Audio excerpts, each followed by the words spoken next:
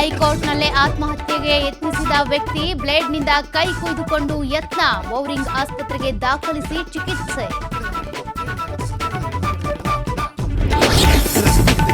ಚುನಾವಣಾ ಸ್ಪರ್ಧೆಯಿಂದ ಹಿಂದೆ ಸರಿದ ಸುಮಲತಾ, ಬಿಜೆಪಿಗೆ ಸಪೋರ್ಟ್ ಮಾಡುವುದಾಗಿ ಘೋಷಣೆ, ನಾನು ಮಂಡ್ಯ ಬಿಟ್ಟು ಹೋಗಲ್ಲ ಎಂದ ಸಂಸದೆ ಸುಮಲತಾ.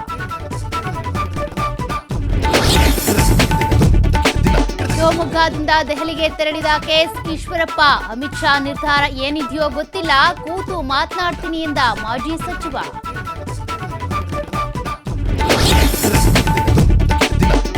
ಡಿಸೆಂಬರ್ ತಿಂಗಳಲ್ಲೇ ಕೇಂದ್ರಕ್ಕೆ ಬರ ವರದಿ ನೀಡಿದ್ದೇವೆ, ಸುಳ್ಳಾದ್ರೆ ನಾನು ರಾಜೀನಾಮೆ ಕೊಡ್ತೇನೆ, ಇಲ್ಲವಾದ್ರೆ ಅಮಿತ್ ಶಾ ರಾಜೀನಾಮೆ ಕೊಡ್ತಾರಾ ಅಂತ ಸಿಎಂ ಸವಾಲ್.